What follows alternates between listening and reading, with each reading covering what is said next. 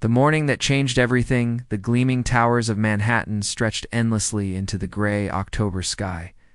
But none commanded attention quite like the Thornfield Industries building.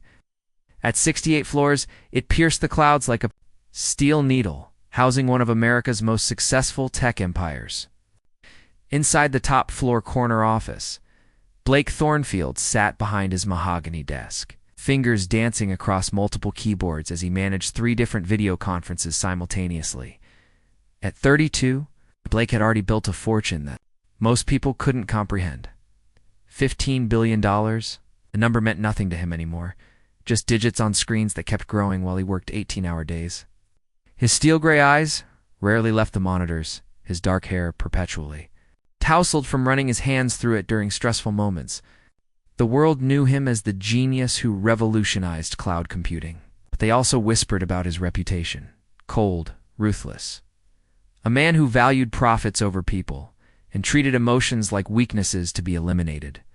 His personal assistant had called in sick, leaving Blake to navigate his packed schedule alone.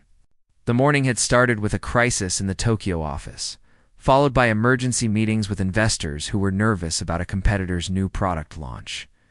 Now, as the clock struck 11, his head pounded with the familiar rhythm of another caffeine withdrawal headache. Blake pressed the intercom button, forgetting momentarily that no one would answer. He cursed under his breath, realizing he'd have to venture out of his sanctuary to find coffee. The executive break room on his floor was being renovated, which meant descending to the building's main cafe on the ground floor. A place he'd never actually visited despite owning the building. The girl behind the counter 68 floors below. Jasmine Rivera hummed softly as she cleaned the espresso machine in the Skyline Cafe. The small coffee shop occupied a corner of the building's marble-clad lobby, serving the thousands of employees who worked in the various companies housed within Thornfield's property.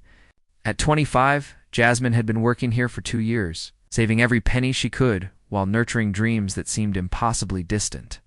Her warm brown eyes sparkled with natural optimism, despite the early morning rush that had finally died down. Long black hair was pulled back in a neat ponytail, and her genuine smile had become legendary among the regular customers. What they didn't know was that behind her cheerful demeanor lay the mind of a natural entrepreneur. Every night after work, she studied business management courses online, sketched marketing plans in worn notebooks, and researched startup strategies until her eyes burned with exhaustion. Jasmine had a dream. She wanted to create a chain of community-focused cafes that would serve as gathering places for local artists, students, and entrepreneurs. Places where creativity could flourish over great coffee and meaningful conversations, but dreams required capital. And capital seemed as unreachable as the top floors of the very building where she worked. The morning crowd had cleared, leaving the cafe peaceful except for the soft jazz playing overhead. Jasmine was arranging pastries in the display case when she heard the elevator doors open.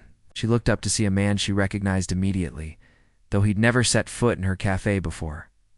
Blake Thornfield. The Blake Thornfield, owner of the building, tech billionaire, and according to Forbes magazine, one of the most eligible bachelors in America. He looked different from his magazine photos, though. Tired, stressed, his expensive suit was slightly wrinkled, and there were dark circles under those famous gray eyes. An unexpected order. Blake approached the counter with the stride of a man, accustomed to having doors opened for him and problems solved before he even knew they existed. But here in this small cafe, he was just another customer in need of caffeine. Barely glanced at Jasmine as he spoke. Double espresso. Strong, he said, his voice carrying the crisp authority that had closed billion-dollar deals. Jasmine nodded, studying his face as she prepared his order. She'd served thousands of customers, and she'd developed an instinct for reading people. This man wasn't just tired from a late night. He was carrying weight that went beyond physical exhaustion, the tension in his shoulders, the way he kept glancing at his phone, the slight tremor in his hands that suggested he'd been running on pure caffeine for days. Instead of preparing a regular double espresso, Jasmine found herself reaching for the premium beans they reserved for special occasions.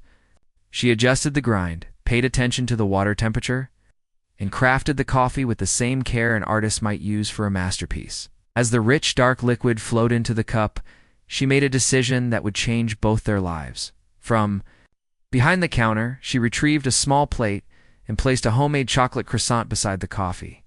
It was one of only 3 left from the batch she'd made that morning, experimenting with a recipe she'd been perfecting for months. The pastry was buttery, flaky, and filled with dark chocolate that melted perfectly on the tongue. "Here you are," she said, sliding the cup and plate across the counter. "The coffee is made with our premium Colombian beans, and the croissant is on the house. You look like you could use some fuel for whatever battle you're fighting today." From his phone, surprised, he'd expected a simple transaction, not commentary on his appearance or complimentary pastries. His eyes met Jasmine's for the first time, and something unexpected happened. The constant noise in his head, the endless stream of problems and solutions, and calculations quieted for just a moment. "I didn't order food," he said, but his voice had lost its earlier edge. Jasmine smiled, and Blake found himself noticing how it transformed her entire face. Considerate customer service. Sometimes we all need a little extra kindness in our day. He picked up the coffee and took a sip, expecting the bitter jolt he'd grown accustomed to from the expensive machine in his office. Instead, he tasted complexity, richness without harshness. Notes of chocolate and caramel that complemented rather than overwhelmed. It was without question the best coffee he'd ever had. The croissant proved equally surprising. The pastry was warm, perfectly textured, and the chocolate inside was clearly high quality. Blake, who typically grabbed protein bars between meetings and considered lunch a waste of time, found himself savoring each bite. "Did you make this?" he asked. "The croissant?" "Yes, I bake fresh pastries every morning before we open." Jasmine's cheeks flushed slightly with pride. "I've been experimenting with different recipes. That one's my latest attempt at perfection." Studied her more carefully. There was intelligence in those warm eyes, confidence in the way she spoke about her work. This wasn't just someone serving coffee to pay the bills. This was someone with passion, with standards, with dreams she was actively pursuing. "What's your name?" he asked. "Jasmine. Jasmine Rivera." "Blake," he said, then paused, realizing she probably already knew who he was. "I know who you are, Mr. Thornfield. It's nice to finally meet you properly." The revelation something in her tone made Blake look at her more closely. There was no nervousness, no attempt to impress him or ask for favors. She spoke to him like he was simply another person, which was so rare in his world that it felt almost revolutionary. "How long have you been working here?" he asked, genuinely curious now. 2 years. I started right after college, and before that," Jasmine hesitated, then seemed to decide on honesty. "Business school. I have a degree in entrepreneurship and marketing. Student loans don't pay themselves, and this job gives me flexibility. To work on my own projects." Blake nearly choked on his coffee. "You have a business degree, and you're working in a cafe?" "There's nothing wrong with working in a cafe," Jasmine said, a slight defensive edge creeping into her voice. "Honest. Work is honest work. But yes, this is temporary while I save money and develop my business plan." "What kind of business?" Jasmine's eyes lit up, and Blake found himself leaning forward slightly, drawn in by her enthusiasm. "Community cafes, places that serve amazing coffee and food, but also function as gathering spaces for local artists, entrepreneurs, students. Somewhere people can work, create, collaborate. I want to build spaces that strengthen communities, not just serve caffeine." As she spoke, her hands moved expressively, painting pictures of her vision. Blake found himself genuinely engaged for the first time in months. Here was someone talking about business with passion instead of just profit margins. Someone who understood that successful companies could serve purposes beyond making money. He asked. Jasmine looked surprised by the question. "Yes, actually. It's taken me 8 months to develop. But I've researched everything from location analysis to supply chain management to community engagement strategies." "Market research? Extensive?" "I've identified 12 potential locations, analyzed foot traffic patterns, studied demographic data, and conducted informal surveys with potential customers. Blake was impressed, despite himself. Financing? Jasmine's excitement dimmed slightly. That's the challenge. Traditional bank loans require collateral. I don't have. And the amounts I need are too small for most venture capital firms, but too large for personal savings. I'm exploring alternative funding options. Here was the roadblock that stopped most dreamers. Blake had seen thousands of business plans. Over the years, had listened to countless pitches from MBA graduates with impressive credentials. Most of them were chasing trends or trying to replicate existing successful models. But Jasmine was talking about creating something new, something that served a genuine need she'd identified through careful research. The decision Blake finished his coffee and croissant, his mind racing in directions that had nothing to do with the meetings waiting upstairs. When was the last time he'd encountered genuine innovation combined with thorough preparation and authentic passion? When had he last met someone who impressed him not with credentials or connections, but with pure intelligence and drive? Esmond, He said, pulling a business card from his wallet. I want you to send me your business plan. She stared at the card, then at him, confusion evident on her face. I'm sorry, what? Your business plan? Email it to me, he paused, then added, I invest in promising startups. Your concept interests me. us. Jasmine's mouth opened, then closed, then opened again. Mr. Thornfield, I appreciate the kindness, but you don't need to. This isn't kindness, Blake interrupted. This is business.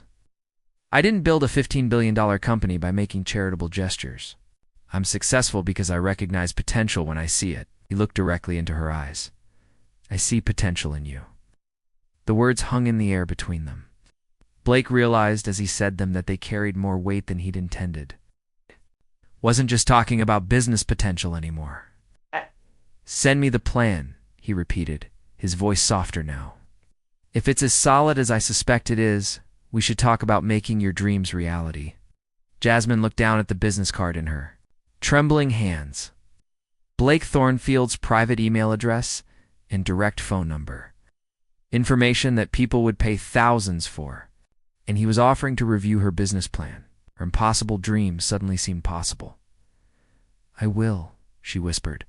Thank you. Blake nodded and turned to leave, then paused at the cafe entrance. Jasmine, yes? That coffee was exceptional. And the croissant. He smiled, and for the first time in years it reached his eyes. I'll be back tomorrow. Same time. As Blake disappeared into the elevator, Jasmine stood behind her counter, staring at the business card and trying to process what had just happened. 30 minutes ago, she'd been cleaning coffee equipment and dreaming impossible dreams. Now, the most successful businessman in the city was asking to review her business plan. She looked at the empty coffee cup Blake had left behind, still bearing traces of the premium Colombian blend she'd served him. In that moment, Jasmine Rivera had no idea that a simple cup of coffee had just set in motion events that would transform not just her life, but the heart of one of America's most powerful men. The first encounter was over. But their story was just beginning. Would you like me to continue with part 2, the transformation? The email that changed everything 3? Days passed before Jasmine gathered the courage to send her business plan to Blake Thornfield. She spent those nights refining every detail, polishing her financial projections, and second-guessing herself 100 times. What if he'd simply been polite? What if he never actually read it? What if her amateur plan embarrassed her in front of one of the world's most successful entrepreneurs? But on Wednesday evening, as rain drummed against her small apartment windows, Jasmine finally pressed send. The email disappeared into the digital void, carrying 2 years of dreams and 8 months of meticulous planning toward an uncertain fate. Blake received the email at 11:47 p.m. during one of his routine late-night sessions reviewing quarterly reports. He'd almost forgotten about the coffee shop encounter until he saw her name in his inbox. Curious, he opened the attachment, expecting to skim through a few pages of wishful thinking before moving on to more pressing matters. 2 hours later, he was still reading. Jasmine's business plan was extraordinary. Not because it promised unrealistic returns or relied on flashy gimmicks, but because it demonstrated genuine understanding of market dynamics, customer psychology, and sustainable growth strategies. Her financial projections were conservative, but realistic. Her competitive analysis was thorough. Her marketing approach was innovative yet practical. Most impressive was her vision of community-centered spaces that could generate revenue while serving genuine social needs. She'd identified the growing demand for authentic gathering places in an increasingly digital world, developed a scalable model that could adapt to different neighborhoods while maintaining core values. Blake found himself making notes in the margins, not criticisms, but enhancements. Ideas for locations he could secure, suppliers he could connect her with, marketing channels that could accelerate her growth. For the first time in months, he was excited about a project that had nothing to do with his existing empire. At 2:15 a.m., he picked up his phone and typed a text message to Jasmine's number, which she'd included in her professional contact information. Business plan received. Impressive work. Can you meet Friday 2 p.m.? My office, 68th floor? 3 floors away, in her modest studio apartment. Jasmine was awakened by the message notification. She read it 3 times, certain she was dreaming, before the reality sank in. Blake Thornfield wanted to meet in his office to discuss her business plan. The meeting that started everything Friday afternoon found Jasmine standing outside the executive elevator in the Thornfield Industries lobby, wearing her best professional outfit and trying to calm her racing heart. She'd never been higher than the 15th floor of any building, and the thought of ascending to the 68th floor to meet with a billionaire felt surreal. The elevator ride seemed to last forever and no time at all. When the doors opened, she stepped into a reception area that looked like something from an architectural magazine. Floor-to-ceiling windows offered breathtaking views of Manhattan, while modern art pieces worth more than most people's homes decorated the walls. Rachel Wong, Blake's temporary assistant who'd been hired to cover during his regular assistant's extended sick leave, greeted Jasmine with professional courtesy tinged with curiosity. Word had already spread through the executive floors about the mysterious cafe worker who'd somehow secured a private meeting with their notoriously selective boss. Ms. Rivera, Mr. Thornfield is ready for you. Blake's office was even more impressive than the reception area. The space was enormous, dominated by a mahogany conference table that could seat 20 people and a desk setup that looked like mission control for a space program.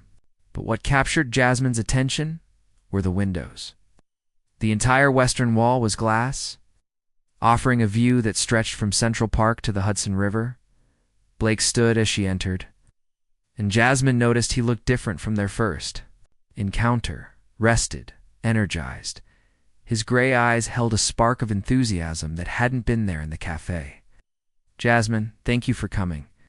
He gestured toward the seating area near the windows where comfortable chairs surrounded a low table. Can I offer you something to drink? Coffee, perhaps? She smiled, recognizing the gentle humor in his suggestion. Coffee would be wonderful. Blake pressed an intercom button. Rachel, could you bring us coffee from the executive kitchen and some of those pastries from the French bakery downtown? As they settled into the chairs, Blake opened a printed copy of her business plan filled with his handwritten notes. I've read this twice, and I have to say, it's one of the most thoughtful proposals I've encountered in years. Jasmine felt a flush of pride mixed with disbelief. Thank you. I've been working on it for months, it shows. Your market analysis is particularly strong. You've identified something that larger corporations have missed. Blake leaned forward, his business instincts fully engaged. The demand for authentic community spaces is real, and your approach to meeting that demand is both innovative and practical. For the next hour, they discussed details of her plan. Blake asked probing questions about operational logistics, growth strategies, and potential challenges. Jasmine answered with confidence, demonstrating deep knowledge of every aspect of her proposed business. Their conversation flowed naturally from financial projections to philosophical discussions about the role of business in strengthening communities. Rachel brought coffee and pastries. Noting with interest how animated both Blake and Jasmine became as they talked, She'd worked for enough executives to recognize when her boss was genuinely engaged with an idea. And this was clearly one of those rare occasions. The proposal that shocked everyone as their meeting stretched into its second hour. Blake made the decision that would send shockwaves through his company and the business world beyond. "Jasmine, I want to make you an offer," he said, setting down his coffee cup with deliberate precision. "I'm prepared to provide initial funding of $2 million for your first location, with options for additional funding as you expand." Jasmine nearly dropped her own cup. $2 million. The amount she'd calculated she would need for her first cafe, plus working capital and contingency funds. It was more money than she'd ever imagined having access to. "Mr. Thornfield, I don't know what to say. There are conditions," Blake continued. "First, I want significant input on location selection. I have access to prime real estate that isn't publicly available. Second, I want this to be a true partnership. Your vision, your leadership, but with my resources and business network behind you." What kind of partnership? Blake had been thinking about this. Since reading her plan, 50-50 ownership.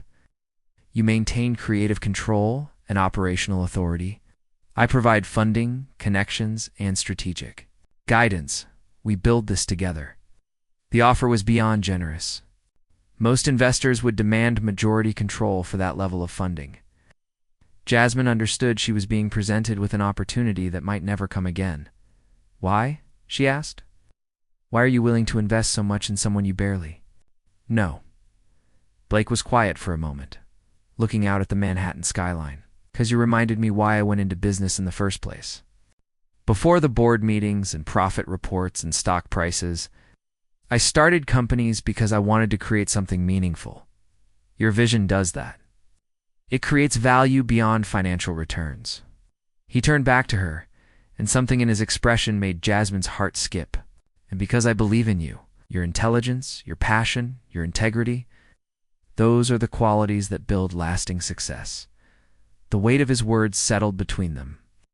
This was more than a business proposition. There was something personal in Blake's investment in her success, something that went beyond rational financial calculations. "I accept," Jasmine said, her voice steady, despite the emotional storm inside her. "I'd be honored to be your partner." Blake smiled, and for the second time since they'd met, it transformed his entire face. "Then let's change the world, one cafe at a time." The announcement that started the whispers Blake's decision to enter into partnership with Jasmine Rivera sent immediate ripples through Thornfield Industries. Within hours of their handshake agreement, rumors were spreading through every department of the company. Reclusive billionaire CEO had partnered with a coffee shop worker. The implications were discussed in hushed conversations around water coolers and in closed-door meetings among senior executives. Carmen Santos, Jasmine's closest friend and roommate, was waiting with champagne when Jasmine returned to their apartment that evening. Carmen worked as a graphic designer for a small advertising agency and had been Jasmine's strongest supporter through 2 years of late-night business plan development. "I can't believe this is really happening," Carmen said as they toasted Jasmine's success. 2 months ago, you were complaining about the broken espresso machine. And now you're business partners with Blake Thornfield." "It doesn't feel real yet," Jasmine admitted. "Part of me keeps expecting to wake up and find out this was all a dream." "What's he like in person, I mean?" "The magazines always make him sound so intimidating." Jasmine considered the question. "Carefully, he's intense, but not in a scary way. More like he's completely focused on whatever he's thinking about. He's brilliant. The questions he asked, the insights he had about my plan, he understood things I hadn't even fully explained. Yet, what she didn't tell Carmen was how Blake's presence had affected her on a personal level. The way he listened when she spoke, giving her his complete attention as if her words were the most important thing in his world. The warmth in his eyes when he looked at her, suggesting depths beneath his business-focused exterior. The way her pulse quickened whenever he smiled. Meanwhile, 3 floors below Blake's penthouse apartment, he was having his own moment of reflection. Standing on his terrace overlooking Central Park, he found himself thinking not about financial projections or market opportunities, but about the light in Jasmine's eyes when she talked about her dreams. about the grace with which she'd handled his offer, neither overwhelmed by gratitude nor suspicious of his motives. He'd made the partnership offer for business reasons. Her plan was solid, her vision compelling, her execution capabilities impressive. But even as he rationalized the decision, Blake knew there was more to it. Something about Jasmine Rivera had captured his imagination in ways that went far beyond professional interest. The first day of everything. New Monday morning brought the beginning of Jasmine's new life. Blake had arranged for her to work from a temporary office space within Thornfield Industries while they searched for the perfect location for her first cafe.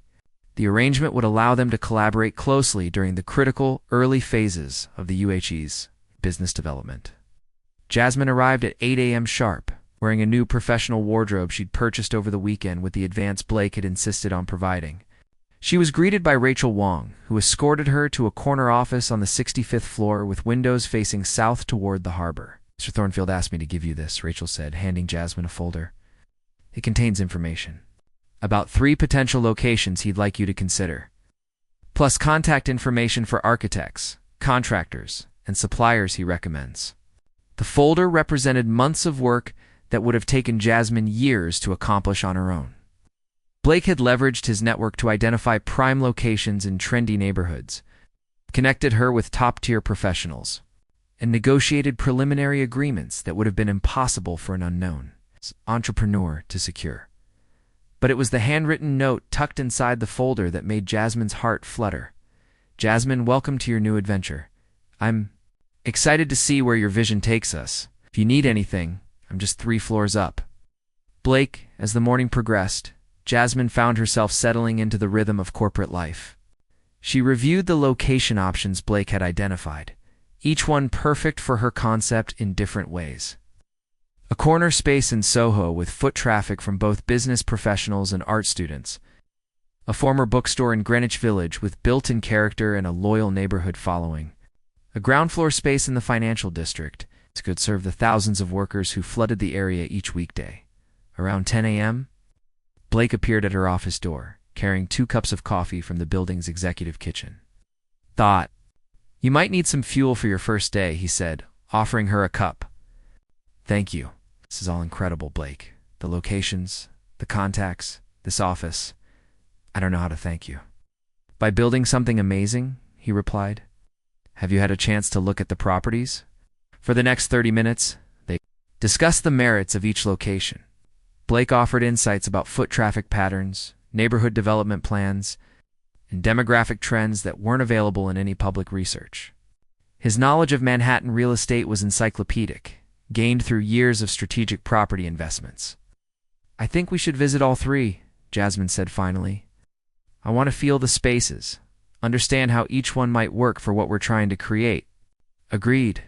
I've arranged for us to tour them this afternoon." The word "us" sent a small thrill through Jasmine. Blake Thornfield, one of the busiest executives in America, was personally involving himself in the details of her business. It spoke to his commitment to their partnership, but also suggested a level of personal investment that went beyond typical professional relationships. The tour that revealed everything that afternoon. Blake and Jasmine visited all 3 potential locations. At each site, Jasmine demonstrated the vision that had impressed Blake so much in her business plan.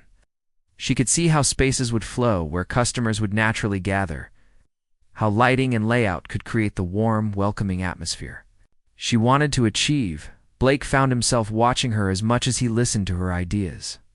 The way she moved through each space, her hands sketching layouts in the air, her voice becoming animated as she described how she would transform empty rooms into vibrant community hubs. Her passion was infectious, and Blake realized he was falling under the spell of her enthusiasm. At the 3rd location, the former bookstore in Greenwich Village, something clicked for both of them. The space had exposed brick walls, high ceilings with original tin work, and large windows that filled the interior with warm afternoon light.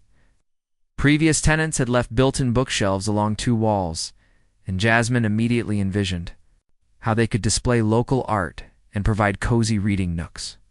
"This is it," she said, her voice filled with certainty. "This is where we build our first cafe."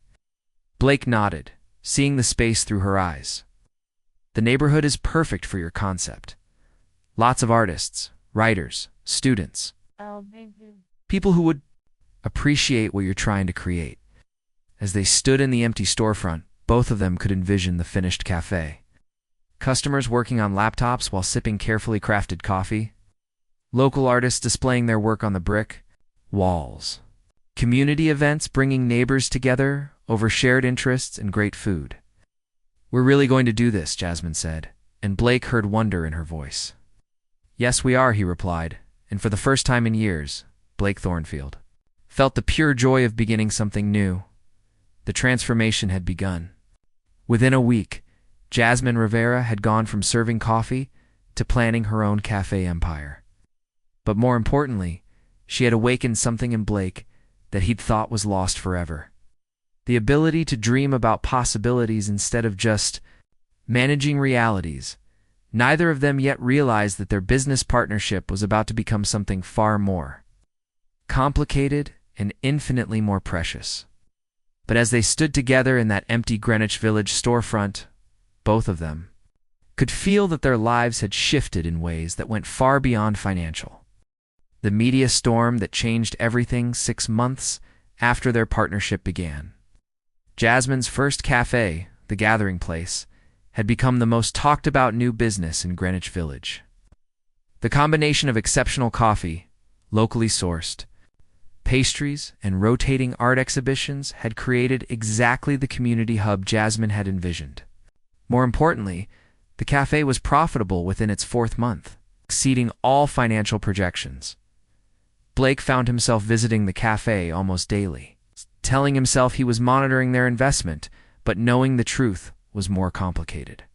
He was drawn to the energy Jasmine created, the way she knew every regular customer by name, how she could make anyone feel welcome with a single genuine smile. Watching her work was like witnessing artistry in motion. Their business relationship had evolved into something deeper without either of them acknowledging it openly. Blake would arrive at the cafe each morning with suggestions for the second location they were planning. Jasmine would save him the corner table by the window, along with a perfectly prepared cappuccino and whatever experimental pastry she was testing that day.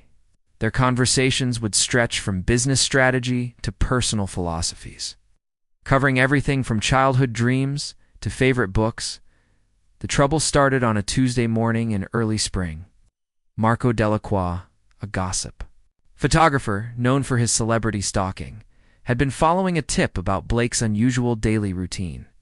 When he captured images of Blake and Jasmine sharing what appeared to be an intimate conversation over coffee, laughing together like lovers rather than business partners, he knew he had something valuable. The photos appeared in 3 different tabloids by Thursday morning, accompanied by headlines that sent shockwaves through both the business world and popular media. Billionaire's secret romance with coffee shop girl from barista to Blake's heart, and the $2 billion love story, Jasmine first learned about the media attention when her phone started buzzing, with calls from reporters at 6 a.m. By the time she arrived at the cafe, a small crowd of photographers and journalists had gathered outside. The peaceful morning routine she'd carefully cultivated was shattered by flashing cameras and shouted questions about her relationship with Blake, Thornfield. Blake discovered the media storm when his head of security called to inform him that reporters were stationed outside both his office building and his private residence. His first concern wasn't for his own privacy, but for Jasmine. He knew she'd never experienced anything like the invasive attention that came with being linked to someone of his public profile. The crisis tested everything. The media attention created immediate problems for both of them. Jasmine's cafe was flooded with curiosity seekers and paparazzi, disrupting the comfortable atmosphere her regular customers had come to love. Blake faced questions from his board of directors about whether his personal life was affecting his business judgment. The partnership that had seemed so perfect was suddenly under intense scrutiny from every direction. Harrison Duke, the longest-serving member of Thornfield Industries' board of directors, requested an emergency meeting with Blake. Duke was old school. Wall Street, a man who believed personal relationships had no place in business decisions, and that public image was crucial to investor confidence. Blake, we need to discuss this situation with Ms. Rivera, Duke said, settling into the chair across from Blake's desk with the authority of someone who'd been making business decisions since before Blake was born. The board is concerned about the potential impact on company reputation and stock valuation. The partnership with Jasmine has been exceptionally successful, Blake replied evenly. Her cafe exceeded all performance metrics. We're moving forward with expansion plans that project significant returns.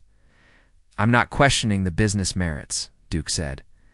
I'm questioning whether your personal feelings are clouding your professional judgment.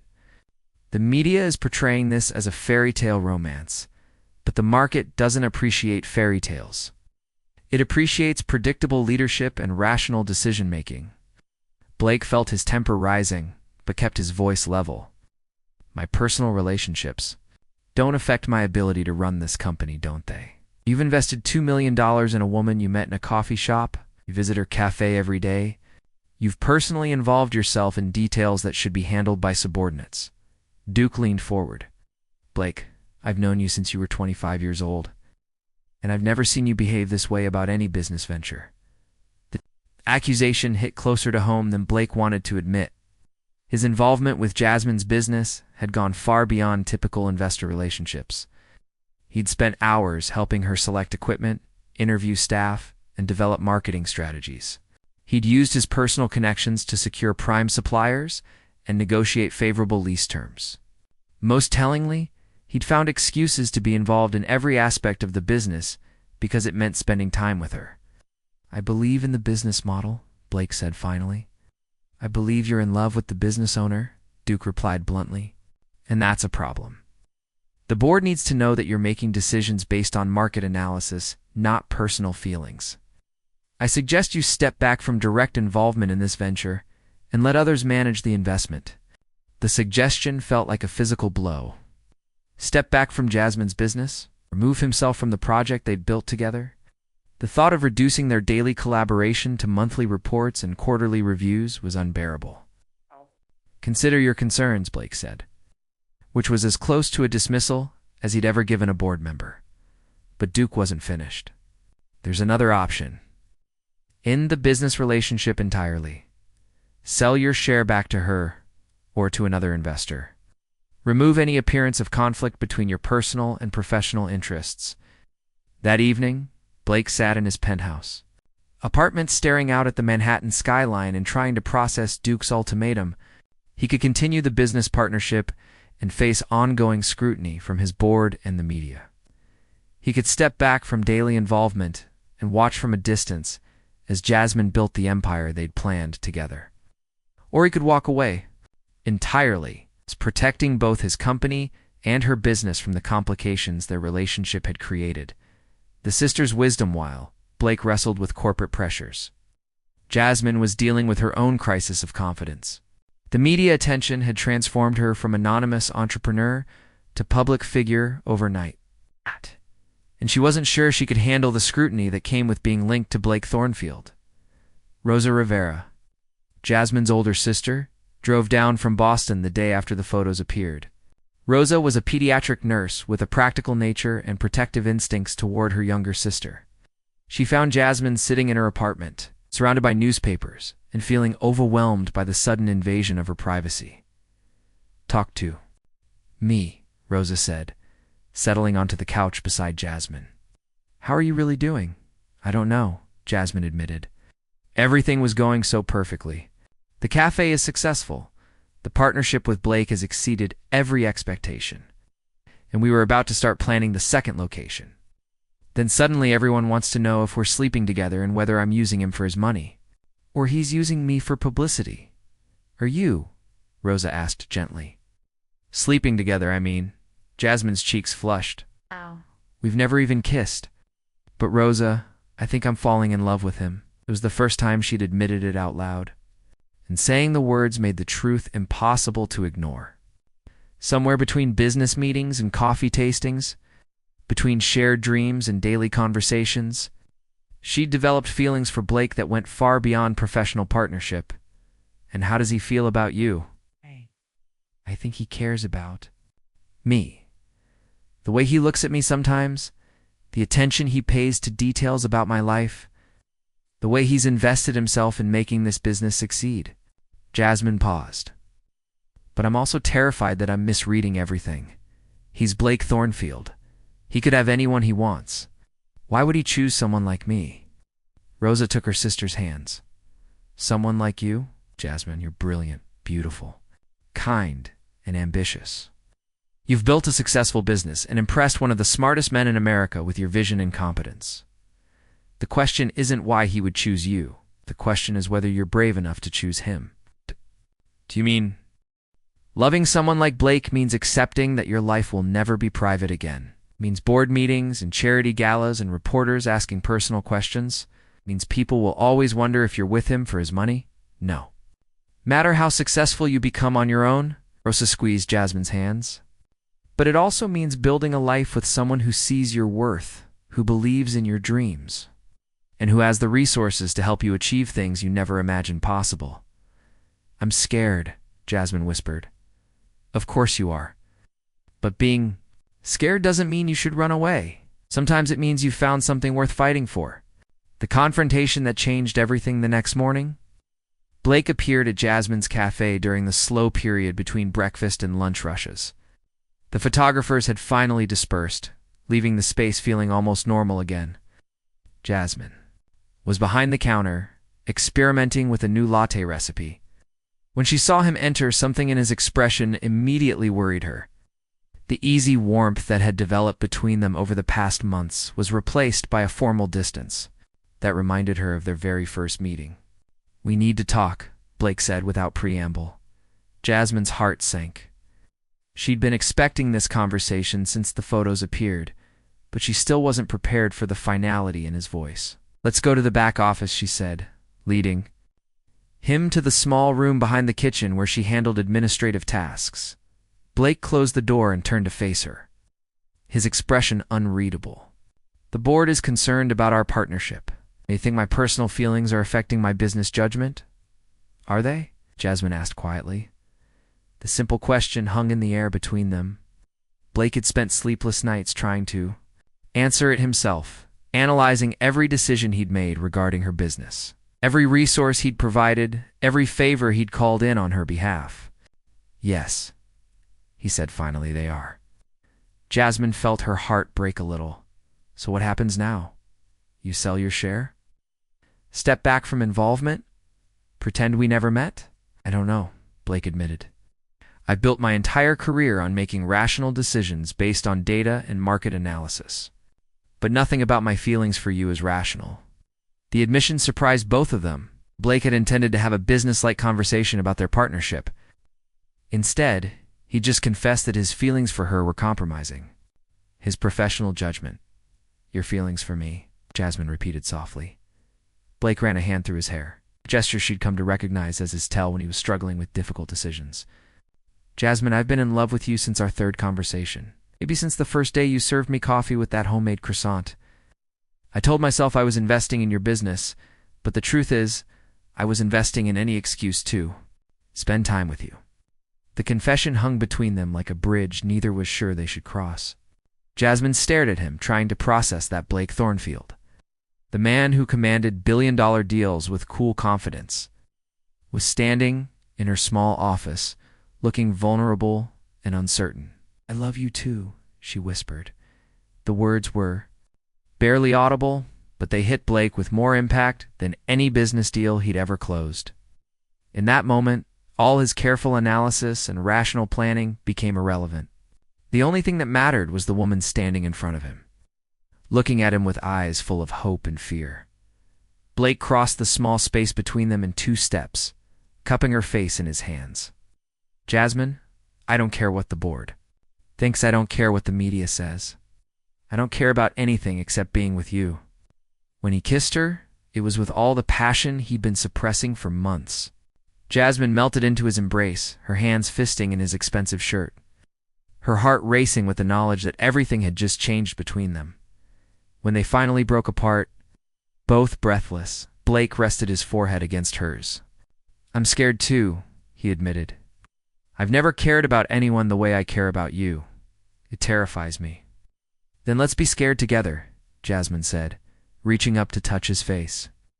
Let's figure this out together. The choice that defined everything the next few weeks tested their new relationship in ways neither had anticipated.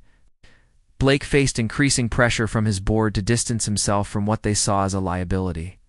Several major investors expressed concerns about his judgment, and stock analysts began questioning whether his personal life was affecting company performance. Meanwhile, Jasmine discovered that being Blake Thornfield's girlfriend meant living under constant scrutiny. Photographers followed her to grocery stores. Reporters called her family members. Business competitors spread rumors about her qualifications and motivations.